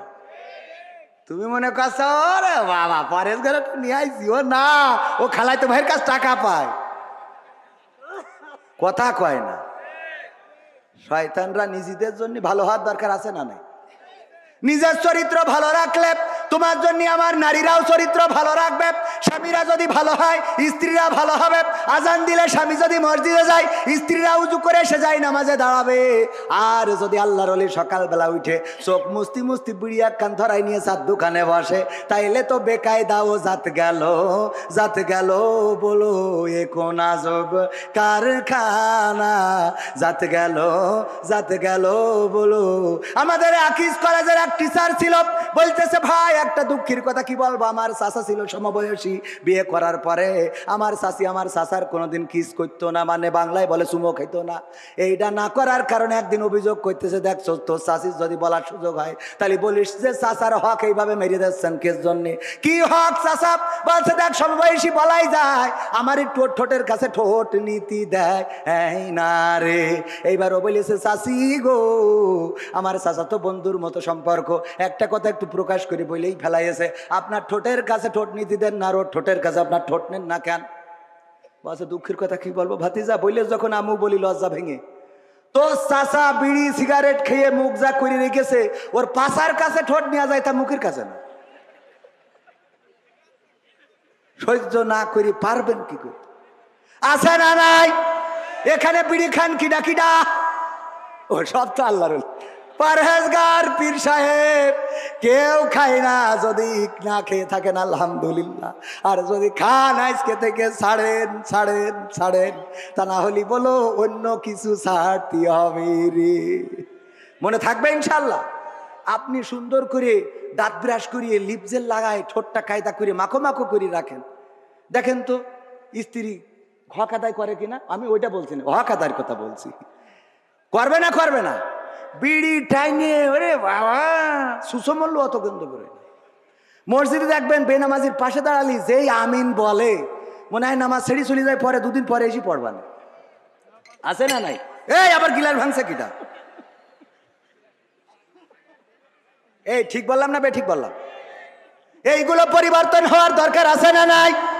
তুমি যদি গু খাও, ও তো পায়খানা এমনি খাবে, যে যেমন সে তেমন পাবে, কোরআনের কথা বাইরে আবার। এই জন্য পরিবর্তন দরকার আছে না নাই? পরিবর্তন আমাদের দরকার। পরিবর্তন তো নারীরা হইতে চায়। একবার আমার আব্বা বলতেছে, ওয়াজ শুনেছে যে ওগো নারীরা, তোমরা যদি পারো স্বামীর চুল দে পা মুছাইয়ে দিবা, তারপরে ঘুমাবা। এই ওয়াজ শুনে একজন মহিলা ধুপা খুলার, সে যেই আগে স্বামীর চুল দিয়ে ইচ্ছা মতো পা মুছাইয়েছে, ডইলে ডইলে মুসাই, তারপর শুয়েছে, শুয়ার পরে গন্ধের জ্বালায় বাঁচা যাচ্ছে না। গন্ধটা গন্ধ, দুর্গন্ধ। কিসের দুর্গন্ধ? পায়খানার গন্ধ। কোথা থেকে আসে? তাড়াতাড়ি করে সুইচ দিয়েতে চারিদিকে খোঁজে, পায়খানার গন্ধ আসে কোথা থেকে না, কোথাও খুঁজে পাওয়া যায় না যায় না যায় না। হঠাৎ করে স্ত্রীর চুল টেনে এনে স্বামী বলছে, পায়খানার গন্ধ তো চুলিতে আসছে। তা বলছে তা আসবে কেন? তা আসবে কেন তুই জানিস, আমি কি করে খাবো? আমি তো অন্যায় কিছু করিনি। হুজুর বলল যে স্বামীর চুল দে পা মুছাবা। রহিমা আলাইহিস সালাম চুল দে পা মুছাইয়ে দিত। আল্লাহর নবী বলেছেন, যদি কেউ স্বামীর এমন করে খেদমত করে, যদি স্বামীর মাথায় হাত বুলায়, মুখমণ্ডলে হাত বুলায়, তাইলে মাথায় যত চুল আছে স্বামীর সমপরিমাণ চুলের সোয়াব ওর আমল নামায় লেখা হবে। আমার ডাক্তার মুরাদের বউ বলছে, তাহলে আমার তো তেজ মারা সারা, কারণ আমার ডাক্তার একটারও মাল নেই। ঠিক না বা ঠিক? আচ্ছা ওটা যাক যাদের আছে তাদের তো হবে। ওগো আমার ভাইয়েরা, ওই স্ত্রী বলতেছে, দেখো আমি যখন হুজুরের এই কথাটা শুনলাম, তখন এসে তোমার চুল দে পা মুছাই, তারপরে আমি শুইছি, এই হলো আমার অপরাধ। বলছে ওই জায়গায় তো খানা ফাইনাল হয়েছে রে। ওই যে মোড়ের ওখানে ও তাস খেলছিল টাকা দিয়ে, তাহলে কি হয়ে গেল? কি হয়ে গেল? জুয়া। টাকা দিয়ে খেললে কি? কাঠ খেলছিল টাকা দিয়ে, রুইতন হাটতন টিকা রাজা বাদশা মার। ওরে বাবা, হঠাৎ করে আর্মির গাড়ি এসে দাঁড়াইছে, আর অমনি বুঝতে পেরেছে খেলা ফাইনাল, এখনই গান গাওয়া লাগবে, তার থেকে আগেই দৌড় দিই। ও জুতো পাই দেয় নাই, গান গাওয়ার ভয়তে জুতো না পাই দিয়ে দৌড় দিয়েছে। বাঁশবাগানের নিচে দিয়ে গিয়েছে, কিটা ছেড়িয়ে রেখেছে, চটকাই দিয়ে চুপ করে শুয়ে রয়েছে। আর ওই দিন মুছাইছে কাজ। পরের দিন আমার মা বোনেরা, ধুবা খোলার মা বোনেরা ডেকে বলছে, হুজুর ওয়াজ করা তো শিখেছেন, টাকাও তো ভালো নেন, কিন্তু কোন লাইনে ওয়াজ করতে হয় এখনো বোঝেন না। আপনারা আমাদের বললেন যে স্বামীর চুল দিয়ে পা মুছাই দেবেন। আমরা তো অবলা নারী, আমরা স্বামীর খেদমত করার জন্য চুল দিয়ে পা মুছাতে আপত্তি নেই, কিন্তু ওদের একটু বলে দেবেন যে ওই বাহাত্তারা যেন টিউবওয়েলের পাটা ধুয়ে তারপর শোয়, পাটা অন্তত ধুয়ে যেন শোয়। আজকালকের ছেলেরা বই নিয়ে আর বসে না, ও বাবা গুগলে সার্চ করিয়া পড়ে। ওরে কালের মেয়েরা কোরআন হাদিস ধরে না, এখনকার মা বোনেরা কোরআন হাদিস পড়ে না, ও আল্লাহ টিকটকে ভিডিও ওরা করে। আজকালকের ছেলেরা বই নিয়ে আর বসে না, ও বাবা মোবাইলে সার্চ করিয়া পড়ে। আগের সময় প্রেম করিলে আমার শফিকুর রহমান ভাই বলতো পাইছো কি, এখন বলে শখ করিয়া বাবু তুমি খাইছো কি। বলে না বলে না, বাবু তুমি কি খেয়েছ? না খেলে খেয়ে তারপরে ঘুমায়, টেক কেয়ার টেক কেয়ার। আরে বাবা, কলা দেননি, বুড়ো দাঁড়িয়ে গেছে বাবু। আছে না নাই? আগের সময় প্রেম করিলে আমার মুরব্বীরা বলতো পাইছ কি, এখন বলে শখ করিয়া বাবু তুমি খাইছ কি? লজ্জা শরম নাই, আইলাম কোন জামানাই, লজ্জা শরম নাই, আইলাম কোন জামানাই, ভবিষ্যৎ দেখি অন্ধকারে। আজকালকের ছেলেরা বই নিয়ে আর বসে না, ও বাবা গুগলে সার্চ করিয়া পড়ে। নতুন করে হয়েছে চালু এখন আবার কোন ট্রেন্ড, পরিচয় করাই দেখি এই আমার গার্লফ্রেন্ড। আছে না নাই? গদখালি যদি হঠাৎ করে দেখা হয়, বুরকা বলা, পিছনে বাইকের পিছনে সালাম দেবেন, ভাবি কেমন আছেন, দোস্ত কবে বিয়ে করলি জানালি নে তো, হঠাৎ করে বলে আরে না এখনো বিয়ে করি নাই, বিয়ে করলি তো জানবি। এটা তাইলে কিডা? পরিচয় করাই দিলে এই আমার গার্লফ্রেন্ড। আছে না নাই? নতুন করে হয়েছে চালু এখন আবার কোন ট্রেন্ড, পরিচয় করাই দেখি এই আমার বয়ফ্রেন্ড। নারীরা নারীরা করায় না করায় না। হঠাৎ একটা ঘাড়ে করে নিয়ে বাড়ি হাজির, কবির বিন সামাদের মাত্র সাথে করে নিয়ে, এই কিডা? আল্লাহ আম্মা, কবির বিন সামাদ আমার বয়ফ্রেন্ড। কবির বিন সামাদ, ও আব্বা ভালো? ভালো। হ্যাঁ হাওয়ারি। আরে ভাব, আছে না নাই? এইবার 3-4 বছর ধরে লাইন মেরে ও কয় যে, ওর মা কয় দেখো তোমার ছেলেটা কি বলে যে ওর আব্বা তো তোর মতো গান জুইটে তো মেনে নিত না, তা এক কাজ কর, তুই আমার মাইন নিয়ে চলে যা, আমি এদিক ট্যাকেল দুবানে। আর মাইর বলে তুই ওর নিয়েতে যা, কাজী অফিস থেকে পাল্লি পড়ি নিস আর না পারলি সে যা এবানে, তুই যা, আমি তোর আব্বা দেখ পানে বইলিতে পাঠাই দিয়ে। এইবার যেই আব্বা বাড়ি ফিরে আসে ঢাকার যশোর শহরের থেকে, ওরে অভিনয়, ও আল্লাহ তুমি কি জন্ম দিছাও, আমার মুখী চুন কালি লাগায় এ চলে গেল রে, ও আল্লাহ আল্লাহ। শয়তান, তোর অভিনয়ের কাছে শেখ হাসিনাও ফেল। ঠিক না বে ঠিক? কি অভিনয়! ও বলো পাঠাই দিলে যে তোর মতো গান জুটের সাথে দেবে না, তুই আগে নিয়ে হাট, কবির বিন সামাদ নিয়ে যা, যা হয় আমি ট্যাকেল দুবান। ওর বুদ্ধি আছে, ওরে বাবা শব্দর স্বামীর কি জন্ম দিছাও, কি জন্ম দিছাও, আমার বাপ দাদার 14 পুরুষই এমন কিছু ঘটিনি রে, ও আল্লাহ আল্লাহ। ওর বাপ দাদা শুধু 14 পুরুষই ঘটিনি, ও যে কোন জায়গার পানি খেয়েছো আল্লাহ জানে। হ্যাঁ হ্যাঁ হ্যাঁ হ্যাঁ ঠিক আছে। ওরে বাবা রে, এরা মনে করছে খালি শুধু এদের ভয়, মনে করছে আমি রাজনীতির কথা বলবো। রাজনীতির কথা বলবো কেন? আমি কথা কয় না, রাজনীতির কথা বলার কোনো দরকার আছে? যা বলবো কোরআন হাদিসের আঙ্গিকে আছে। আমি প্রায়ই বলি, যদি মুসার কথা বলেন তা এমনি ফেরাউন আসবে, কথা কয় না। যদি আপনি নমরুদের কথা বলেন, ধর ইব্রাহিমের কথা বলেন, তা নমরুদ আসবে। বিশ্বনবীর কথা বললি আবু জাহেল।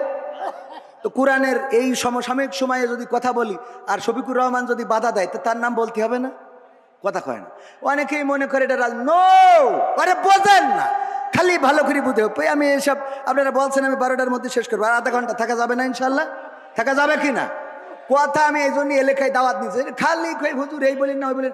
আমার আওয়ামী লীগরা তোমার কাছের লোক, এরা বিশ্বাস করে না। আপনাদের মনে হয় না? আমি তো বলেছি কি, মুসলমানে মুসলমানে দ্বন্দ্ব করা চলবে না, সীসা ঢালা প্রাচীর হবে কখনো তা টলবে না। মুসলমানে মুসলমানে দ্বন্দ্ব করা চলবে না, সীসা ঢালা প্রাচীর হবে কখনো তা টলবে না। তবেই শান্তি পাবে, অশান্তি দূর হবে, তবেই শান্তি পাবে, অশান্তি দূর হবে। কেউ আর মুসলমানের বাজে কথা বলবে না, মুসলমানে মুসলমানে দ্বন্দ্ব করা চলবে না, সীসা ঢালা প্রাচীর হবে কখনো তা টলবে না। কে আওয়ামী, কে বিএনপি, কে জামাত ইসলাম, এটা আমাদের নয় পরিচয়, মুসলিম মোর নাম। কে আওয়ামী, কে বিএনপি, কে জামাত ইসলাম, এটা আমাদের নয় পরিচয়, মুসলিম মোর নাম। এ কথা মানলে পরে শান্তি আসবে ঘরে, এ কথা মানলে পরে শান্তি আসবে ঘরে। কেউ আর মুসলমানের বাজে কথা বলবে না, মুসলমানে মুসলমানে দ্বন্দ্ব করা চলবে না, সীসা ঢালা প্রাচীর হবে কখনো তা টলবে না। মাঝাবের লড়াই যদি চলে, শান্তি আসবে না রে ভাই কোনই কৌশলে। সাদপন্থী জুবায়ের পন্থী লড়াই যদি চলে, শান্তি আসবে না রে ভাই কোনই কৌশলে। ঐক্যবদ্ধ ভাবে থাকলে শান্তি পাবে, ঐক্যবদ্ধ ভাবে থাকলে শান্তি পাবে, এছাড়া শান্তি পাবার রাস্তা কবু মিলবে না। মুসলমানে মুসলমানে দ্বন্দ্ব করা চলবে না, সীসা ঢালা প্রাচীর হবে কখনো তা টলবে। টলা যাবে? মুসলমান ঐক্যবদ্ধ থাকতে হবে। কেন থাকতে হবে? এই সমাজে সুখ শান্তির জন্যে, এই সমাজে অন্যায় দূর করার জন্যে, অন্যায়ের বিরুদ্ধে প্রতিবাদ করার জন্যে, আল্লাহর জমিন আল্লাহর দ্বীন প্রতিষ্ঠিত করার জন্যে ঐক্যবদ্ধতার বিকল্প নাই। জামাত ইসলাম যদি মনে করে নিজেদের ভোট নিয়ে ক্ষমতায় যাবে, ভোট তো হলো জামাত ইসলামের 25%। কয় পার্সেন্ট? আওয়ামী লীগ বিএনপির 35 করি প্রায় 70%, আর আদার্স দলের আছে 5%। তাহলে জামাত ইসলামের যদি পাশ করতে হয়, তাহলে আওয়ামী লীগ বিএনপি অন্যান্য দল থেকে আরো অন্তত 20% ভোট আসার দরকার আছে না নাই? তো এই ভোট যদি আসতে হয়, তাহলে অবশ্যই তাদের তো রাগ করি যদি সব বের করি দাদার দেশে পাঠিয়ে দিতে হবে। যে কটা পাঠাইছে, 2-1টা পাঠায়নি, এমনি চলে গেছে। নিজেদের দেশ না থেকে চলে গেলি, কেউ যদি রাগ করে বাড়িতে চলে যায়, তা করবোটা কি? কথা কয় না, মনের অভিমানে চলে গেছে। আমরা কিন্তু আসলে এই দেখেন আছে না, সবাই মিলেমিশে থাকাটাই দরকার। তবে দেশে অন্যায় হচ্ছে, জুলুম হচ্ছে। ওই যে আমরা দেখেছি লঞ্চের মধ্যে বালুবাহী বা পণ্যবাহী সারবাহী লঞ্চে 7 জনকে হত্যা করা হয়েছে। এখন হত্যা যেন একদম মামুলি ব্যাপার হয়ে দাঁড়িয়েছে। আওয়ামী সরকার ক্ষমতায় থাকতেও মোটামুটি জবাবদিহিতা ছিল, কিন্তু এখন যেন অপরাধের কোনো জবাবদিহিতা নাই। আপনারা একমত নাও হতে পারেন, না হইলেও করার কিছু নেই, অন্যায়ের বিরুদ্ধে বলবো। তাতে যদি এই সরকার আবার ধরে নিয়ে যায় তাও অসুবিধা নেই। কথা ঠিক না বেঠিক? তো ভয় পাই না। কেন পাই না? আগের সরকার তাহাজ্জুদ পড়ি ভোট নিয়েও থাকতে পারি না, এরা তো নামাজই পড়ে না। ঠিক না বেঠিক? সুতরাং ভয়ের কোনো কারণ আছে? এই 7 জনকে কেন হত্যা করা হলো, এই তথ্য উদ্ঘাটন করা রাষ্ট্রের দাবি। যারা হত্যা করেছে অন্যায় ভাবে, আমরা দেখেছি ওই লঞ্চের ক্যাপ্টেন, তার মেয়ের বিবাহ আছে, বিবাহ অনুষ্ঠান হবে, কিন্তু মেয়ের বিবাহে থাকতে পারে নাই। অনেকের সংসার, পরিবার, সন্তান আছে, যাদেরকে অন্যায়ভাবে হত্যা করা হলো।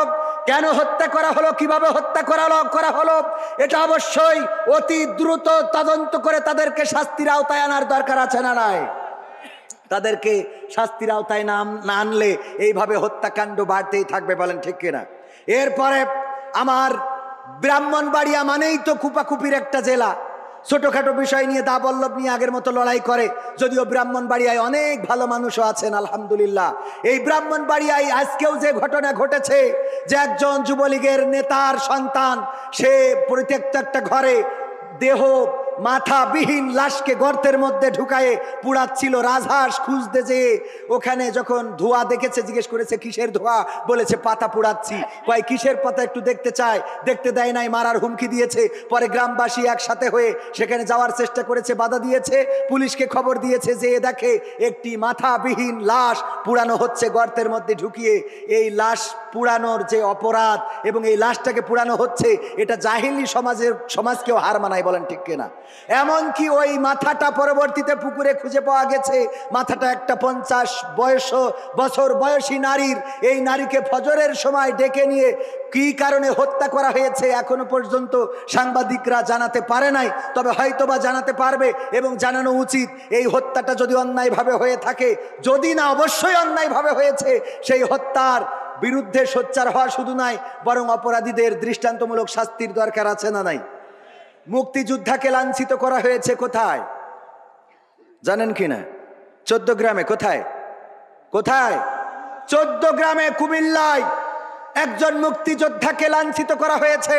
আমি বলেছি মুক্তিযোদ্ধা হিসাবে তার লাঞ্ছিত করার অপরাধ, এটা অবশ্যই অপরাধের মধ্যে পড়ে। সুতরাং যারা জড়িত আছে, আজকে গ্রেপ্তার করা হয়েছে। আমরা দৃষ্টান্তমূলক শাস্তি দাবি করছি, কিন্তু তিনি 9টা হত্যা মামলার আসামি। এই 9টা হত্যা মামলা মুক্তিযুদ্ধ হইলেই পার পেয়ে যাবে না, কথা কয় না। সাদেক হোসেন খোকাকে যখন রক্তাক্ত করা হয়েছিল, তখন এই বীর পুরুষ, এই গেরিলা যুদ্ধের অন্যতম প্রধান, তার পক্ষে কথা বলার মতো সুশীল সমাজ পাওয়া যায় নাই। যখন আমার আলেমদের হাতে হাত কড়া লাগানো হয়েছিল, তখন কথা বলার মতো মানুষ পাওয়া যায় নাই। যখন মামুনুল হককে গ্রেপ্তার করে সুজা মানুষকে কুজা করে দেওয়া হয়েছিল, তখন কথা বলার লোক পাওয়া যায় নাই। যখন আমির হামজাকে হাতে হাত কড়া পরিয়ে জেলখানায় রেখেছিল, তখন কথা বলার মতো সুশীল পাওয়া যায় নাই। আর যখন চুন থেকে পান খসে বা পান থেকে চুন খসে, তখন অমনি সুশীলরা জেগে ওঠে। আমার সুশীলরা যখন ছাত্রদের হত্যা করে ট্রাকের মধ্যে ভরে পেট্রোল ঢেলে আগুন জ্বালিয়ে পুড়িয়েছিল, হাত পা দেখে চেনার উপায় নাই যে লাশটা কার। এই লাশগুলো নিয়ে কথা বলার মতো সুশীল পাওয়া, কথা কয় না। আপনি সুশীল আমি মানলাম, কিন্তু যখন ওই যে সুশীল কেমন, এক দারোগা থানা কামাই করেছে আগের সময়, তখন থানা কামাই করলি দারোগা বা তাদের যে উপরের কর্মকর্তা থাকে, ও বেদে পিটাইতো। তো এই জন্যই জানে যে পিটাবে, পিছনে বস্তা বাইন্ধে নিয়ে তারপরে গেছে যে পিটান যা দেবে বস্তার পরে। তো এখন যেই বলছে, স্যার আমি তো একটু বউ নিয়ে পিকনিক করতে গেছিলাম, তো এই জন্য দেরি হয়ে গেছে। কয় তোর 100 বেত্রাঘাত। বললি বেত মারা শুরু করেছে, ও তো জানে অসুবিধে নেই। ও বাস্তা বেঁধে নিয়ে গেছে 2-3টে, হয়েছে সালার বাস্তা। ওই নিয়ে এখন ওই বাস্তা তো বেঁধেস কায়দা করি, এখন যেই একটু সাইড সুইডি পড়ে, যেই উপরে পড়ে কয় স্যার একটু নিচে করি মারেন স্যার। এবার যেই নিচে পড়ে কয় স্যার একটু করি উঁচু করি মারেন স্যার, স্যার একটু ডানির দিকে চাপাই মারেন স্যার, স্যার একটু বাদ দিক, মানে ওর বাস্তার পরে পড়তে হবে। কথা কি বোঝা গেছে? কথা বোঝেননি তো? আমাদের কাজ হইলো বাস্তার পরে পড়া লাগবে। হুজুর ডানি বলেন, বাই বলেন, বাই বলেন, হ্যাঁ। আমার কথা হইলো বাস্তার পরে পড়লে হবে না। সুশীল হলি কায়দা মতো সব জায়গায় সুশীলগিরি দেখাইতে হবে। সুশীলগিরি সব জায়গায় দেখাই না বলে এই সমাজের অপরাধ কমছে না, বলেন ঠিক কিনা? আমরা তারা যারা জুলুমের বিরুদ্ধে প্রতিবাদ করি, নাটোরে মন্দিরে হামলা হয়েছে, বলা হচ্ছে যে ডাকাতরা ছিনতাই করতে যে হামলা করেছে একজন, সেখানে থাকা প্রতিবন্ধী মানুষ বা মানসিক চাহিদা সম্পন্ন মানুষ, তাকে হত্যা করা হয়েছে। আমি ব্যক্তিগতভাবে তার বিচার চেয়েছি এবং এটার বিচার করতেই হবে, বলেন ঠিক কিনা? কারণ আমার দেশে মন্দিরে হামলা হবে এটা আমরা মানব না। আমাদের ইসলাম এটা শেখায় নাই, আমাদের রাসূল এটা শেখায় নাই, আমাদের ধর্ম এটা বলে না। বরং আমাদের ধর্ম বলেছে যার ধর্ম সে তার কর্ম করবে, এতে কোনো আপত্তি। আমরা দাওয়াত দিতে পারি, কিন্তু তাদের উপরে জুলুম করতে পারি না। আমরা তাদের কাছে দাওয়াত নিয়ে যেতে পারি, কিন্তু বাধ্য করতে পারি, এটার নাম ইসলাম। আর এই ইসলামের কথা যারা বলে তাদের নিয়ে এত চুলকানি, এত ষড়যন্ত্র, এত ডানে বামে কথাবার্তা কেন? মালাই ভাষায় একটা গজল বলেন, মালাই ভাষায় গজল বলা লাগবে এখানে। মালয়েশিয়ায় যারা ছিল তারা হয়তো 2-1 বসবে, যারা ছিল না তারা বসবে না। তো আমার এর আগের রিকোয়েস্ট যেটা, সেটা রাখতে চাই। আপনারা শুনতে রাজি আছেন? আর একটু সময় থাকা যাবে? আমার বাংলাদেশের এই সঙ্গীতটা গোটা প্রবাসীদের জীবন নিয়ে, গোটা প্রবাসীদের, হ্যাঁ, প্রবাসী ভাইয়েরা অনেক সহযোগিতা করেছে এই মাহফিলের জন্য। আজকের এই সঙ্গীতটা প্রবাসীদের জন্য অনুরোধ বা উৎসর্গ করছি। আমার বাংলাদেশের প্রবাসীদের গল্প বলি শোনো, আমার ধোপা খোলার প্রবাসীদের গল্প বলি শোনো। এ গল্প তো কল্পনা নয়, তোমরা কি তা জানো ও ভাই? এ গল্প তো কল্পনা নয়, তোমরা কি তা জানো? আমার বাংলাদেশের প্রবাসীদের গল্প বলি শোনো। পল্লী গায়ের দুরন্ত ছেলে বাপে ডাকে খোকা, হঠাৎ করে ঢুকলো মাথায় বিদেশ যাওয়ার পোকা। রোগে শোকে ক্লান্ত পিতা খাটার নাই উপায়, বেকার ছেলের এমন কথায় বাবাও দিল সাই। ক্ষেতের জমি হালের গরু বিক্রয় করে দিয়ে বাকি টাকা করলো পূরণ মায়ের গহনা নিয়ে। অনেক আশা বুকে বেঁধে ছাড়লো যখন বাড়ি, সে যে কি বেদনা বিধুর ছিড়ল যেন নারী। মায়ে কান্দে, ভাইয়ে কান্দে, কান্দে আপন জন, চোখের জলে বুক ভেসে যায়, শক্ত করে মন। এমন মানুষ কোন সে জনাব, এমন মানুষ কোন সে জনাব, তোমরা কি তা জানো? আমার ধোপা খোলার প্রবাসীদের গল্প বলি শোনো, আমার যশোর জেলার প্রবাসীদের গল্প বলি শোনো। বিমানেতে বসে খোকা জানালারি পাশে, নীল আকাশে তাকিয়ে দেখে মায়ের ছবি ভাসি। আঁচল দিয়ে চোখ মুছে মা প্রভুকে যে বলে, আল্লাহ তুমি ভালো রেখো আমার কোলের ছেলে। খোকা যে ছিল মা জননীর কলিজারি বোটা, ভাবতে সব চোখ ভিজে জল পড়লো ফোঁটা ফোঁটা। এমন মানুষ কোন সে জনাব, এমন মানুষ কোন সে জনাব, তোমরা কি তা জানো? আমার ধোপা খোলার প্রবাসীদের গল্প বলি শোনো, আমার যশোর জেলার প্রবাসীদের গল্প বলি শোনো। নদ নদী আর সাগর নগর দিয়ে খোকা পাড়ে পৌঁছালো যে অতি সাধের বিদেশের বাড়ি। অনেক কষ্টে মিলল খোকার এমন একটা কাজ, হাড় ভাঙা খাটুনি তাতে সকাল দুপুর সাজ। রোগে শোকে কাজ করে যায়, করে না অবহেলা, আকাশ সমান স্বপ্ন দেখে কাটিয়ে দেয় বেলা। মা জননীর সাথে যখন খোকা কথা কয়, বলে বাবা কেমন আছো জানতে ইচ্ছা হয়। মাগো আমি ভালো আছি, মাগো আমি ভালো আছি, দুঃখ নেই তো কোনো। আমার বাংলাদেশের প্রবাসীদের গল্প বলি শোনো, আমার মালয়েশিয়ার প্রবাসীদের গল্প বলি শোনো। হঠাৎ করে বাবা বলে টাকার যে দরকার, তোর মায়েরই বড় অসুখ দেখাবো ডাক্তার।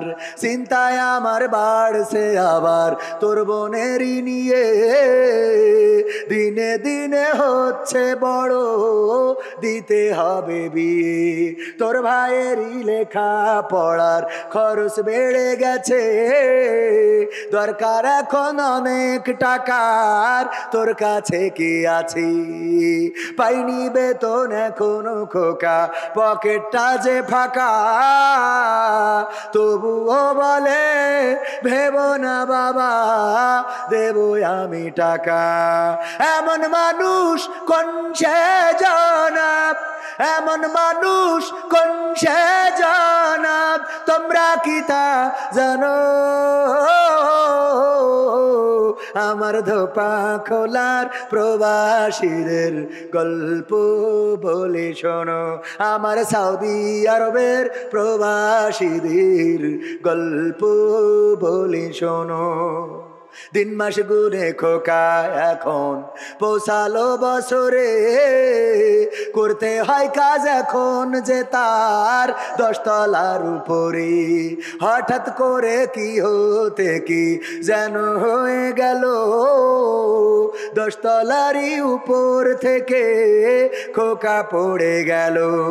আকাশ সমান স্বপ্নগুলো আকাশে গেল উড়ে, দেহ থেকে প্রাণ পাখিটা গেল যে ভাই ছেড়ে। বন্ধুরা যে সে দেখে রক্তে তরতার, নিথর দেহ পড়ে আছে জমিনের উপর। এমন মানুষ কোন সে জনাব, এমন মানুষ কোন সে জনাব, তোমরা কি তা জানো? আমার ধোপা খোলার ওই প্রবাসীদের গল্প বলি শোনো, আমার মালয়েশিয়ার প্রবাসীদের গল্প বলি শোনো। পাঠাতে হবে লাশটা দেশে, আপন তো কেউ নাই, বন্ধুরা সব মিলে মিশে করলো এ কাজটাই। শুনে এ খবর মা জননীর সে কি আহাজারি, তার কান্দনে আকাশ বাতাস হচ্ছে যে ভাই ভারী। অবশেষে খোকার কফিন পৌঁছালো যে বাড়ি, ভাই বোনার গায়ের স্বজনের সে কি আহাজারি। মা জননী কেঁদে বলে ওরে আমার ছেলে, বিদেশ থেকে কোন দেশে তুই গেলি আবার চলে। মাগো আমি সুখানিতে, মাগো আমি সুখ কিনিতে জীবন দিছি জানো, আমার ধোপা খোলার ওই প্রবাসীদের গল্প বলি শোনো।